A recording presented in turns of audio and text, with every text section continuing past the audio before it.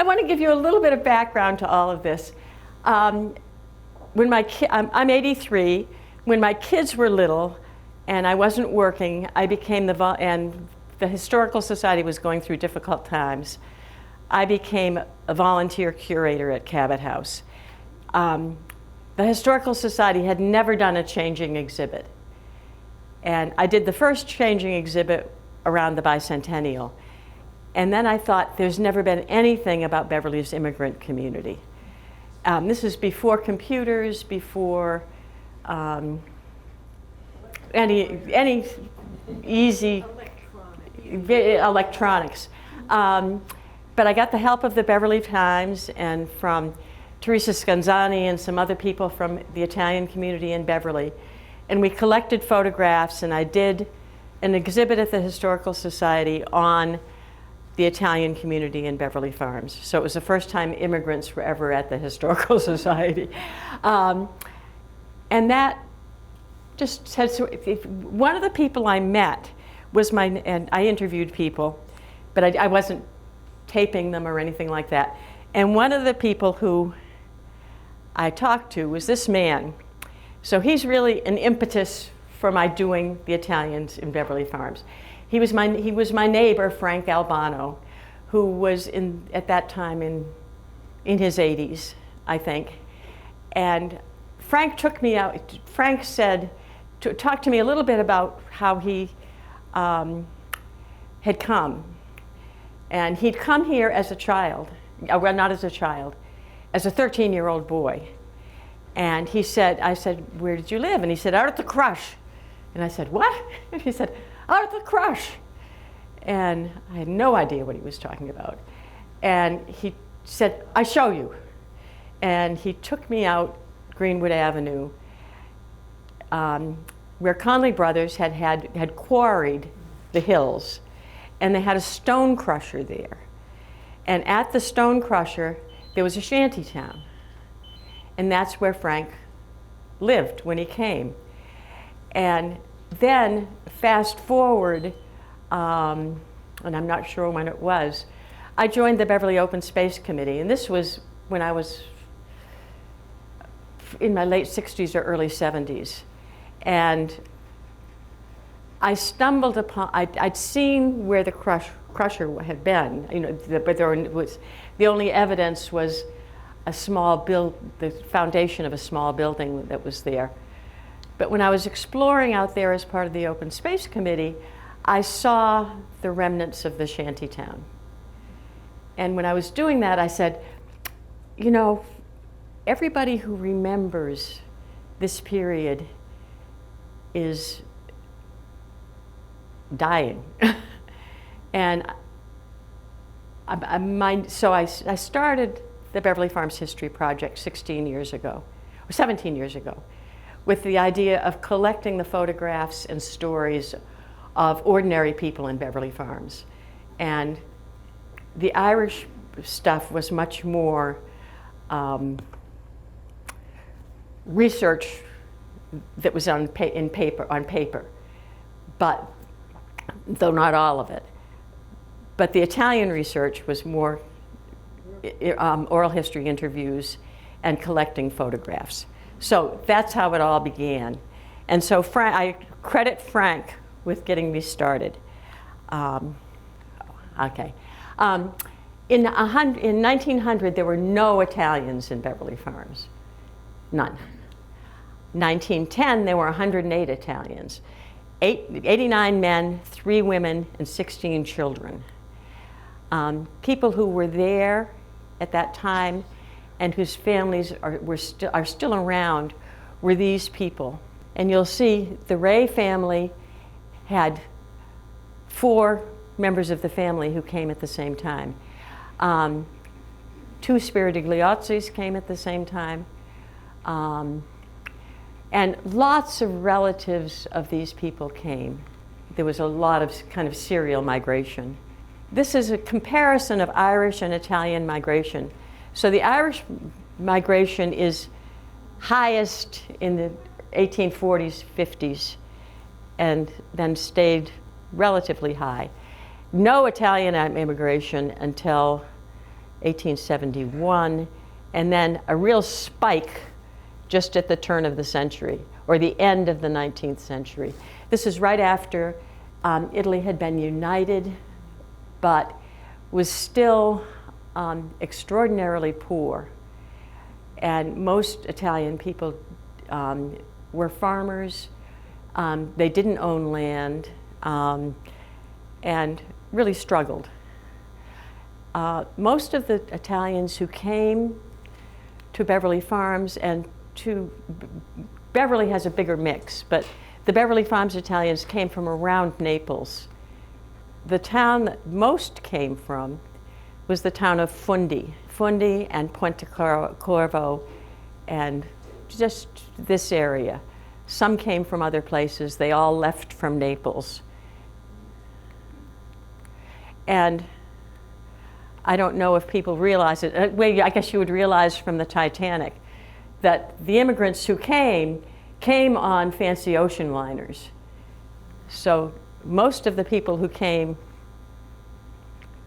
from Italy to Boston came on the Canopic, which was a White Star Line, same line as the Titanic.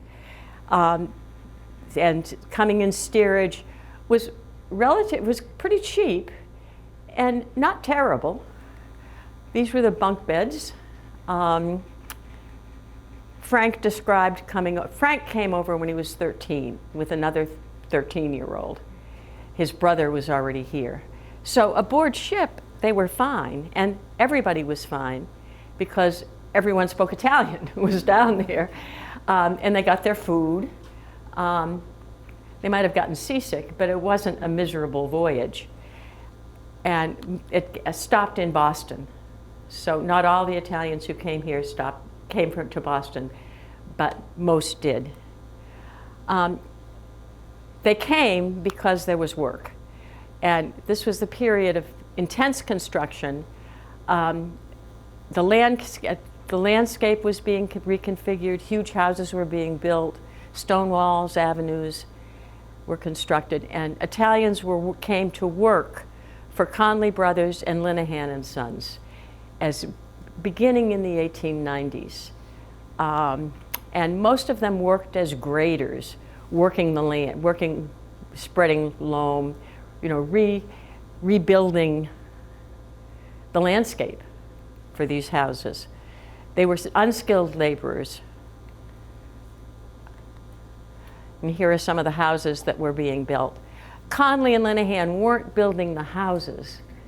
At this point, they're doing the landscaping.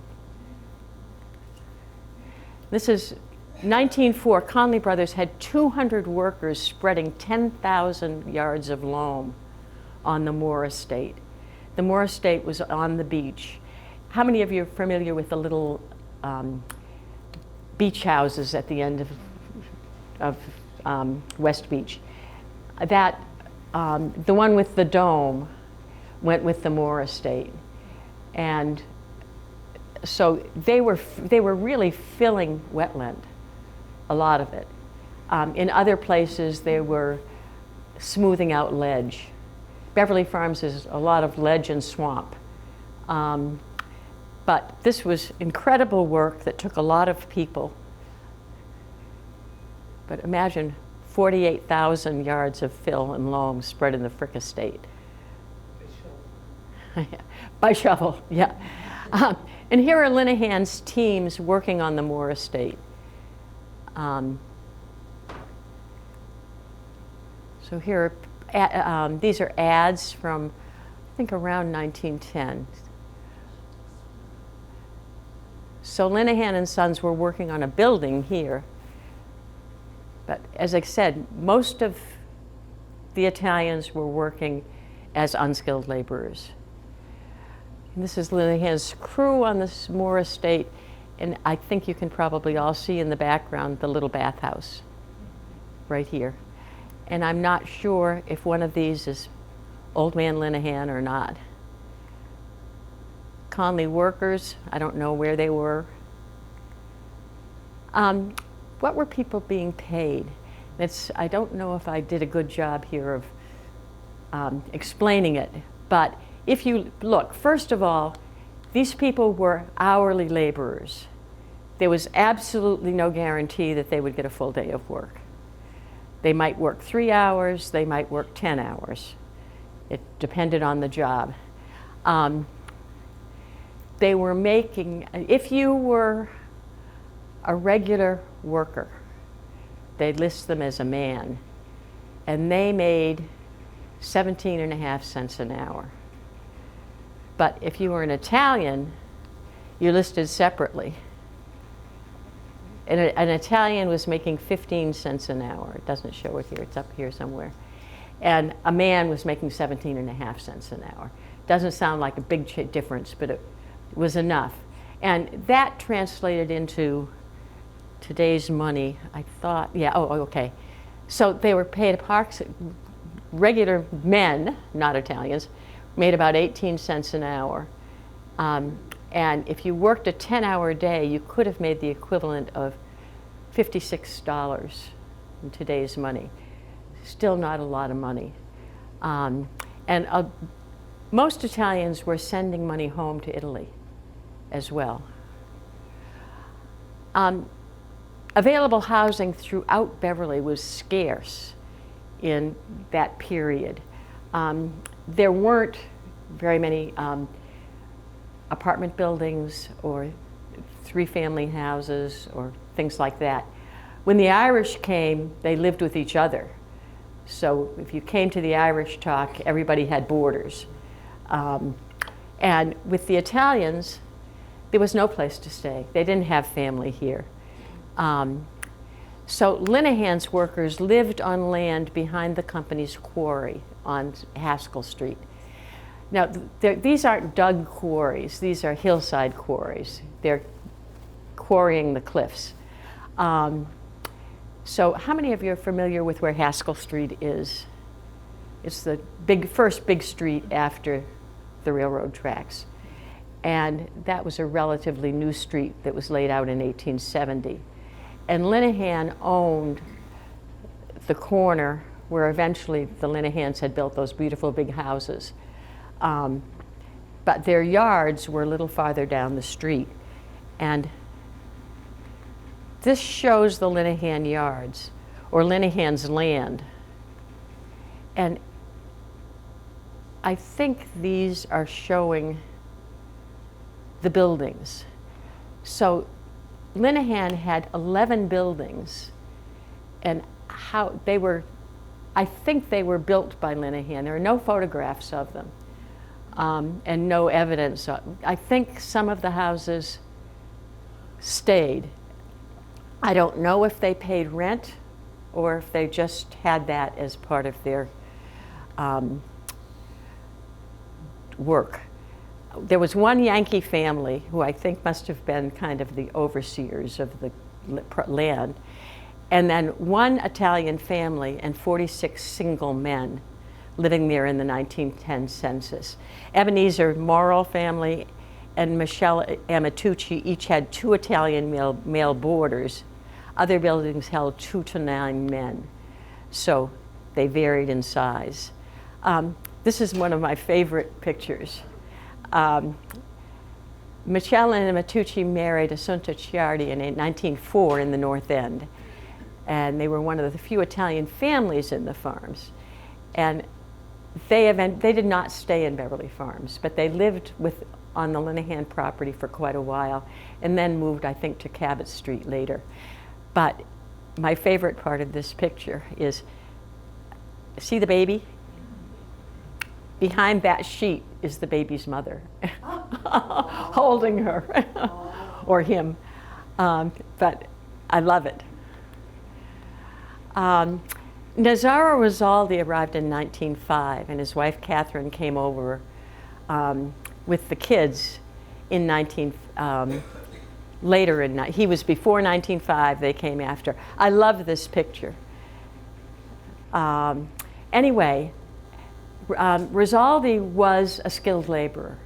He was a steam driller, so he made more money than other people did. But he started out living in Linehan shantytown. Here he is. I can't see his steam drill, but he was higher paid. And by 1910, he bought this house at 89 Haskell Street. And I didn't figure out an equivalent of the cost, but that was doing very well. Yeah, it was a lot of money. Another person who came early, who was not a Conley worker, was Arcangelo Fiore. And this house has been moved to its current location, but it used to be near the Baptist church on that side of Hart Street. I think it's still Hart. Yeah. He was a shoemaker, a skilled shoemaker. And how he came to Beverly Farms, I'm not sure. Possibly I forget. I think he might have been in Boston first, and people convinced him to come out here. He was eventually told by his doctor that he needed to do outdoor work, that he was getting sick from being inside. So he later became a gardener. But he was one of the earliest Italians there. I think when he moved from the house had a shop owned by a man named James Zampel. Now, Conley Brothers had a quarry and the stone crusher out here on Greenwood Avenue.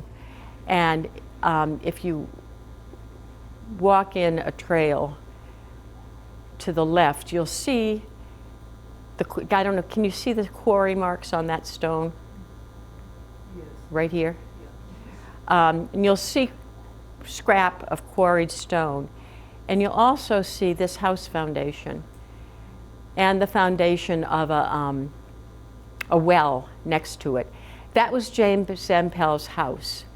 Conley convinced Zampel to move into this house, and I think to be an English-speaking, like Morrill was for Linehan, but this was someone who spoke both English and Italian, to have the little shop and to be in charge of all the men who lived in shanties there. He built barracks next to that foundation.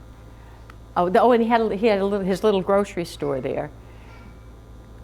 And he built barracks for short-term workers who came out from Boston and might stay for a short period of time. But people who worked there pretty permanently built their own shanties in the woods. And people who built their shanties there weren't necessarily workers for Conley, but most of them were. And the shanties, Frank Albano and Tony Ray, both of whom lived out there, and I interviewed them. Frank said they kept out the rain, and that was about it. And every shanty had a little wood stove to heat it. He said they preserved their food by burying it.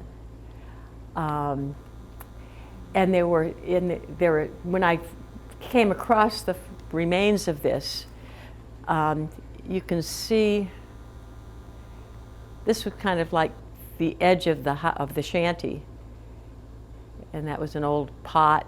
Here's one of the small wells, and more old pots I found out there. but you can kind of see the outline of a few, where a few of the shanties were, though I think this is probably more overgrown now, so it's hard to see it. So they were out there in the woods, just living. Greenwood Avenue ran out there, but it certainly was not not very comfortable living. But there was Frank said there was a real sense of camaraderie. His brother played the guitar, people would sing, and they survived. And this was a way to not spend any money on housing and to have a place to live. Tony Ray went on to work for Conley Brothers for his whole life. The story of how Frank got into this shanty town is interesting. His brother brought him over, and his brother was working for Linehan and living in Linehan's housing. And when Frank came, Linehan would not hire him because he was too young. And so his brother Emilio went off in a huff and quit working for Linehan and got a job working for Orchidvale. It wasn't Orchidvale then. It was the Spalding Gardens. This is where Glen Urquhart School is now. And the Spalding brothers had a really spectacular garden there. They lived on the water and had a garden there. His brother got a job working in the vegetable greenhouse and as a vegetable gardener on that property. Frank was hired to do anything those Englishmen wanted him to do. So one of his jobs when he was living in the shanty town was to climb up in the greenhouses and clip grapes out of a bunch so that the grapes would get bigger. So he learned he got his education as a gardener, working for the gardeners there. But in the meantime, he's living at the shanty town. He described, I said, so what was it like? You know, you were a kid. And he said, when I'd go to collect the mail, the Irish boys would throw rocks at me. So there wasn't much welcome. North Shore Breeze magazine was always talking about how these were a menace. I looked at police records. They weren't a menace. One of the few times the police went out there was that somebody had been attacked by somebody else, but not an Italian. And a few times for liquor. But there was one assault, and I can't go through the whole thing, but Fabrizio presumably grabbed Margaret Matthews and tried to pull her into the bushes. And if you read the whole story, it sounds like it was they were meeting there, because the way she was walking home from church was not logical. If she was walking home from church and she worked up on the Shaw estate, which was at the other end of Greenwood Avenue, much closer to the church, she would have walked a different path. But this was on the path near Hart Street. And she was dressed up, and Fabrizio was very dressed up. So it wasn't a casual, and they knew each other. So the story is like Keystone Cops. They catch him, and then he gets away, and then one of the Conleys chases him in his car, and they eventually arrested him. And Fabrizio and his brother, who didn't live in the shanty town, they lived in a shanty on the Shaw estate. I don't know where they went, but they left. It's a good article. I don't know if you can, have any of you tried looking at the Beverly Times or Salem, or the Beverly Times or the Beverly Citizen online? You could Google this guy. You could go into the library archive. I'll tell you how to do it later if you're interested. And you could find this story and read it, because it really is kind of funny. Linehan, who had his own, Italians living there, clearly didn't like Italians very much, because when the Misery Island Club went into difficulty, he thought the contractors should buy it and resettle the Italian workers out there. Didn't happen. The people who came actually were very serious people, and they were very interested in getting an education. And one of the young men who came, most of them were illiterate in Italian and spoke no English, learned English on the job. And there was one young man who came, and I don't know if he was living out there, but he wanted to teach English. So he asked if they could, one of the locals, if they could use the school.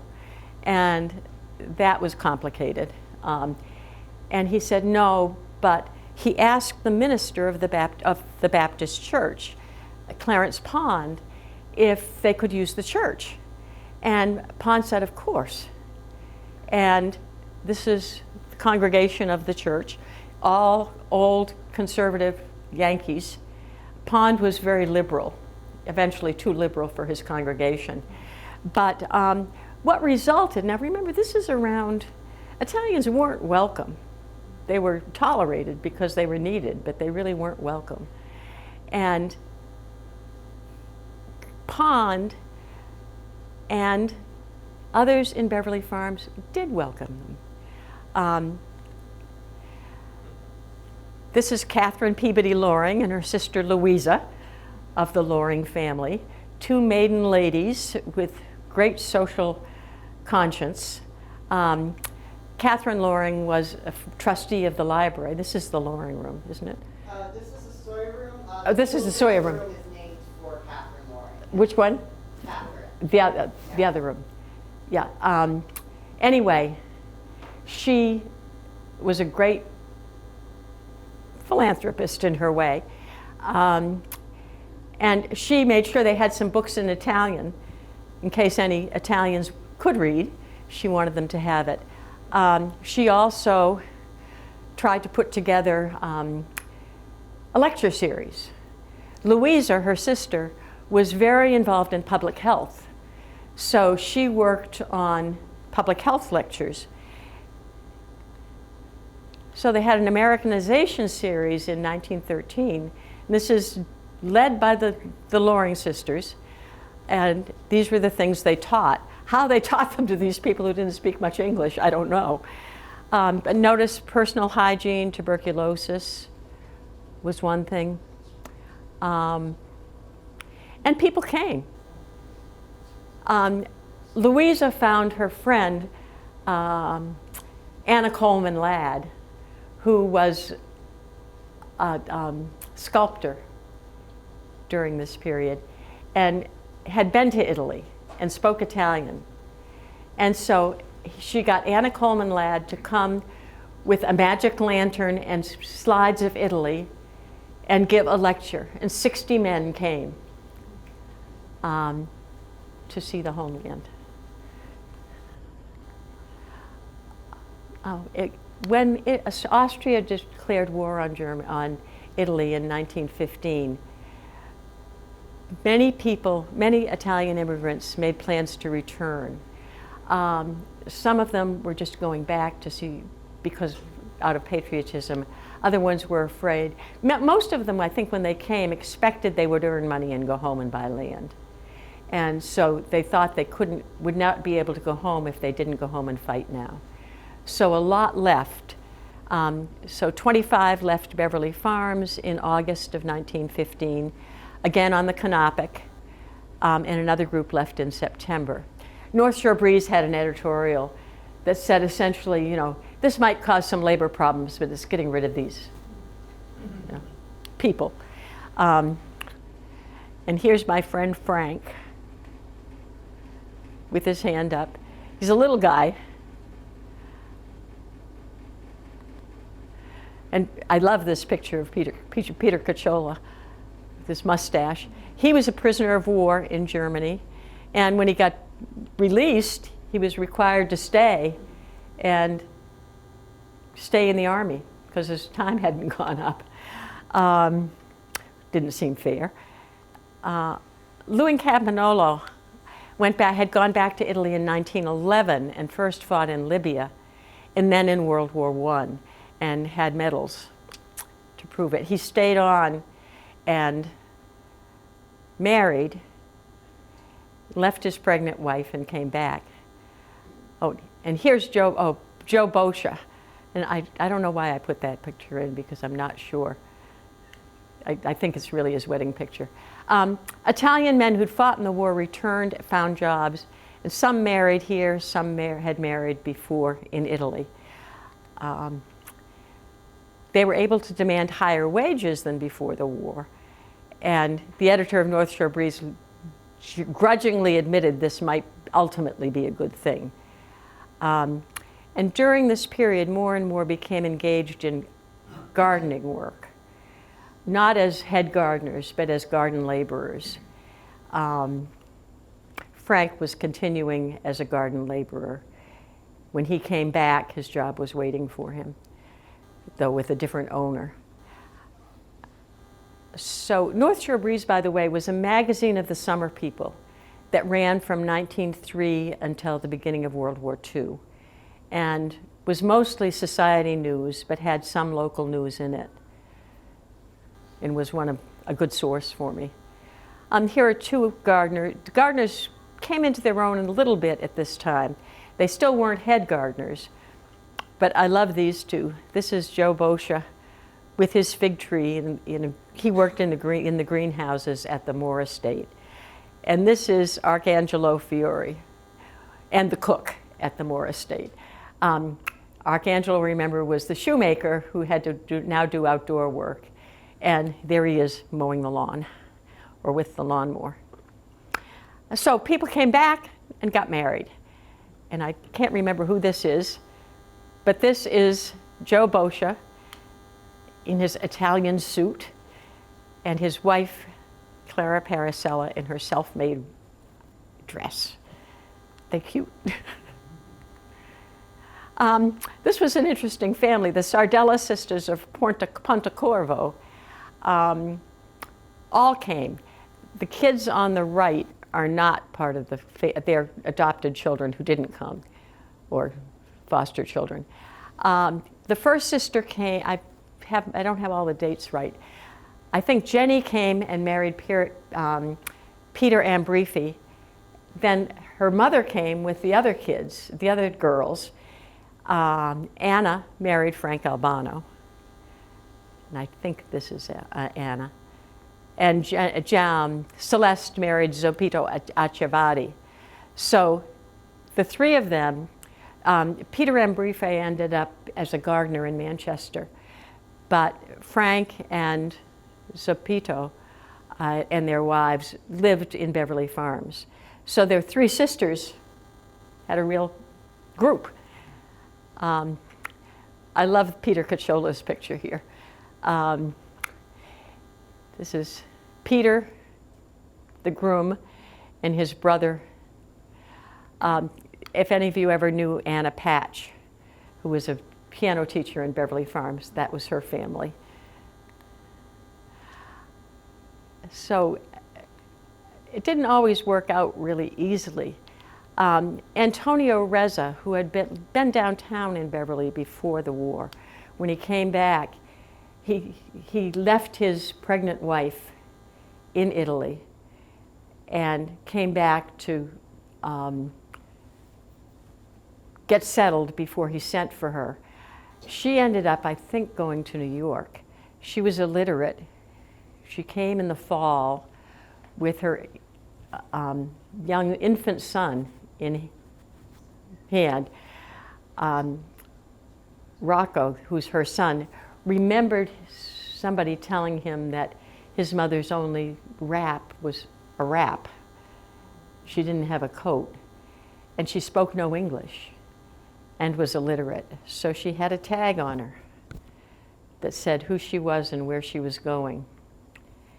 And through the kindness of strangers, she made it and arrived here.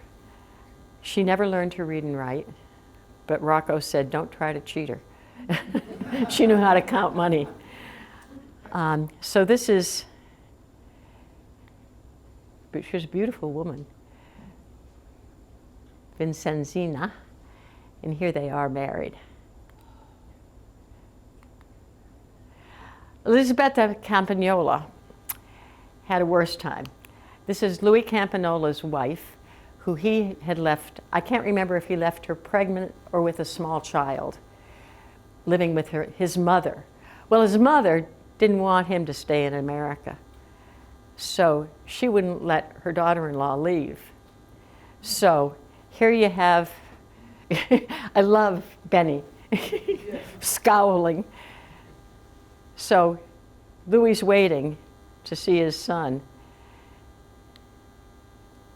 And what he gets are pictures. This is the final picture. And after that, I think his son was 9 before he finally got united with his father. Louis Campagnola became a very respected and excellent gardener. Right. The Italians weren't using hospitals at this time. Now we're right after World War II, World War I. But Catherine Rosaldi and Marietta Fiore were the midwives, and also, I think, the people who doctored people in the farms. And they were the midwives for many of the births. The Atravadis, the Albanos, and the Policios all lived in this building and were together. And the Albanos had bad luck with their births of their children. I apologize for this being a little crooked. I took this picture yesterday. This is the gravestone of 3 of their children. Each one was born and died in 1927, one in 1928, and one in 1929. And more children died, but they're not buried in this farm cemetery. They ended up with 3 children who lived to adulthood. Frank Jr., who you'll notice was named for one of the children who died. Emilio Albano, who was, I think, the longest, he was a life member of the North Shore Horticultural Society, and I think the last professional gardener who was a member, who died not too long ago. The church gave social connections and eventually solace. By the 20s, the priests at St. Margaret's were more sympathetic to the Italians, and I don't know and more Italians spoke English. So going to Mass was easier than it would have been before.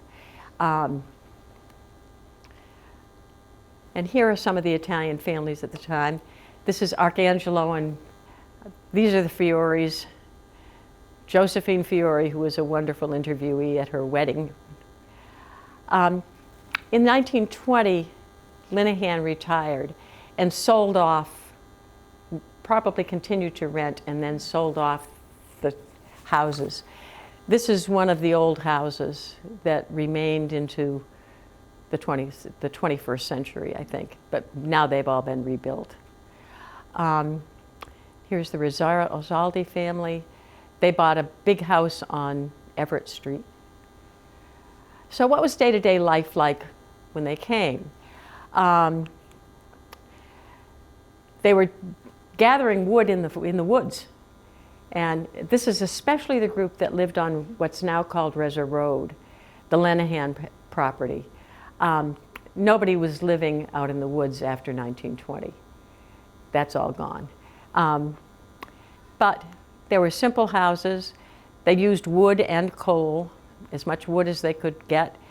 Rocco Reza set up an old Model T to become a sawmill. They had everybody had gardens.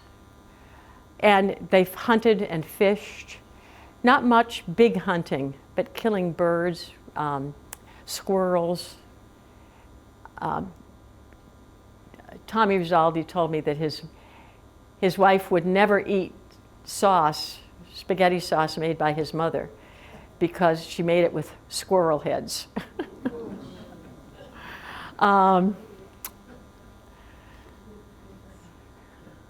Mrs. Rizaldi had a little shop at 89 Haskell Street when they first lived there that sold Italian goods. Coleman's and Russo's Market existed in the 20s and 30s, but not in Beverly Farms. And then Peter Bonacci would come and sell groceries, and somebody came and sold bread. Everybody had vegetable gardens if they had land. And most it was the Reza Road people who had land. The people who lived in apartments didn't have much space. This is the Reza land. Had 300 to 400 tomato plants in there on Reza Road. This is Peter Cacciola's garden in 1971, and you can see what a great gardener he was. Joe Bocher with his fig tree. They also went eeling, fishing, crabbing. Steve Conley bailed out Sophie Achavadi for being accused of poaching on somebody's land. So small animals. The women foraged for mushrooms, the chicken, the button, and the sponge, and the oyster. Everybody preserved. A lot of people had chickens and rabbits. Some people had pigs, if they had, not too many, but they'd buy them from somebody in Centerville, the Thompsons. And Stephen Spirigliosi, who was a great gardener, also was a butcher. And he would butcher the pigs that people either owned or raised or bought. And then the women would make sausages, and they'd work together. Each woman would have her own job in the sausage making. Families also bought 80 or 90 bushels of grapes for $1 a bushel to make wine. And Beverly Farms was dry, but even before Prohibition, but during Prohibition, I think you could make your own wine. That was allowed. But some people turned it into a sideline. Antonio Reza bought alcohol from the rum runners to make grappa. But he worked at an estate that was on the beach.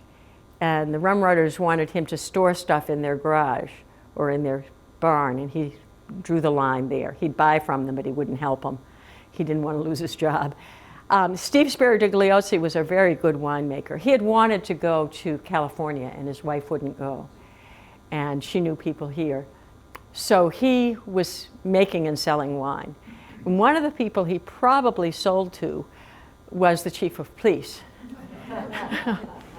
The chief of police was also an architect, and he designed this house for Steve Spirigliosi.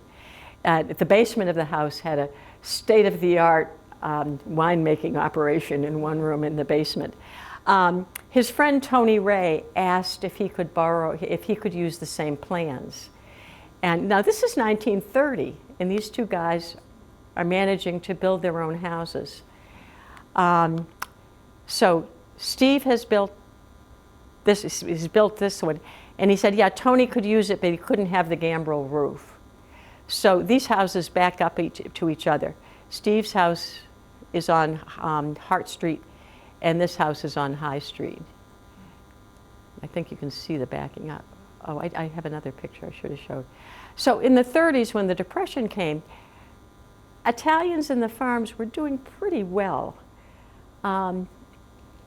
Work for Conley Brothers was dying, but they were doing better than most people because they were relatively self-sufficient.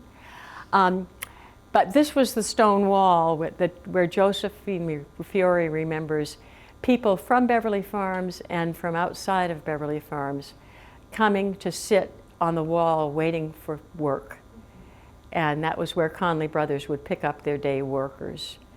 They have never had any idea if there'd be work. And as I said, nobody was a full-time, very few were in full-time employees. They were pickup labor. Phil Carusiello, who became the shoemaker in Beverly Farms, moved to Beverly Farms when his pay was cut at a previous job. And he ended up becoming a successful shoemaker here, who was here when I moved here. These are just folks during the 30s. This is the Fiore family, big family. Rocco Weza was one person who quit high school and went to work as an hourly laborer for Conley Brothers in order to help his family cope with expenses. His father had a pretty good job, but they had a lot of kids. And so Rocco stopped and worked. When World War II came, he and his brother both enlisted. Here's people leaving. This is Phil Panunzio, the shoemaker, on his way off. This is Benny Campanola. Remember the little boy who didn't get to come and tell his father? The growing fellow, yeah, handsome man. And these were the three Fiore brothers who were also enlisted. And the two Reza brothers. This is Rocco, and this is his brother Antonio. Antonio was killed in World War II. And the old Linehan property became Reza Road and was named for Antonio Reza. Some of the women in the farms now got jobs. This wonderful, imposing woman is Mary Policcio, who got a job working as a stitcher. I think this might have been at the raincoat factory in Beverly. Frank Albano was able to purchase his house in 1943. So he was, by that time, earning enough job as a gardener to be able to buy. There were victory gardens during the war on the Haven estate, and people were allowed to plant there. Right after the war, I don't know if you folks know Dyer Road and Adeline Road, sort of newer roads off Hart Street on the left if you're going from Beverly Farms to Wenham. Those were laid, before that property was laid out, Italians rented land from the people who owned it. So people who didn't have gardens on their own property were able to rent land there and have gardens. In 1946, Joe Boscia was able to purchase a house on Conley Place. I'm just trying to remember if it was Conley Place or Pickett Court. On Conley Place. His daughter, Mary Lou Noviello, thinks that Mrs. Moore paid for that house. She was a wonderful employer. She took very good care of the people who worked for her and became friends with them. The GI Bill provided new opportunities. So a lot of veterans, probably not a lot from the farms, but some used the money to go on for higher education. Al Policcio, the brother of the woman you saw in the sewing, who had worked as a kid for the grocer in Beverly Farms, went to butchering school. He became, some of you may have known him as the butcher at Henry's, but he did very well for himself. John Spiridigliozzi went on to college and became an accountant and changed his name to John Sperry. I'm not sure how his parents felt about that, but the GI bill also had guaranteed loans, and that enabled Rocco Reza, who had returned to work for Conley Brothers at a better wage. He had saved money and bought land next to his father's, and then he was able to build a house with the guaranteed loan from the GI Bill. Here's Rocco with a raise, driving for Conley Brothers and getting paid $1.50 an hour, and that was a full-time employment. So that was a big step up. Later in his life, Rocco had a near-death experience of some kind and became a healing minister. And some of you may remember the church, I can't remember what it is now, but it used to be called the Pilgrim Church in a building downtown on Cabot Street. And that was Rocco's church. He founded it as a healing church. His mother had a fit, that he left the Catholic Church. But for him, that was it. I enjoyed interviewing him. He was a very nice man. The post-war period brought change, but many traditions in the Italian community remained. Some moved out, but there were clubs, Knights of Columbus. There was a group that called themselves, it was the St. Joseph's Club, but they really called themselves the Joes. Several of them were Joes, who met and played cards and had a good time. There was a women's club, and gradually the Italian community just blended in with the rest of the community of Beverly Farms. This is one of my favorite pictures. This is our friend, Louis Campanolo, and Jerry DeFazio. With the they had become the gardeners for the Barber Estate, which is one of the landmark buildings now. And they would produce something like this for the New England Flower Show every year. And his daughter Mary remembered Mary Campanolo remembered going in and seeing his father and Jerry putting this together. So anyway, it's a great story. So. Look at the size of the blue squash. Yeah. Isn't that spectacular? Oh. I think that's the best slide to end with. There's everybody. And I had stars beside the people who died, but I didn't correct it. And a great many of the people who gave me information have died since. All right, I did pretty well.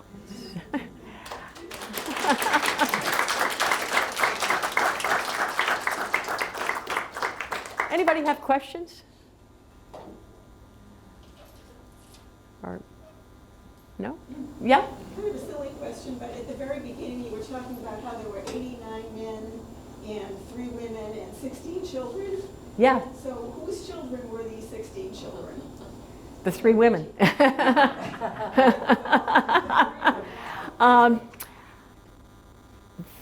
The Amatucci children, probably Fiore's and Zampel's. James Zampel's wife had children. And then, I can't think if this was early. His nephew Paul Zampel came to Beverly Farms also. And I'm not sure if they would have been among that group, but I think they weren't there that early. So, yeah. How did you get interested in this topic, and what was the hardest part? Hardest thing. How I got interested was when I did years ago when I did the Italian exhibit at the Historical Society. And then when I ran across the shanty town in the woods, I thought rich people save their photographs and rich people get their stories told. And ordinary people don't necessarily. So my first goal when I started the project was to collect photographs and then to start collecting oral histories. And I didn't know what I was going to do with it, but I wanted them preserved. If I don't die before I finish, I'm writing a book about the ordinary people of Beverly Farms. But there's so much. You know, there's no way I can tell all the stories, and they're wonderful stories. And very brave women, very brave everybody. So I have no Italian blood.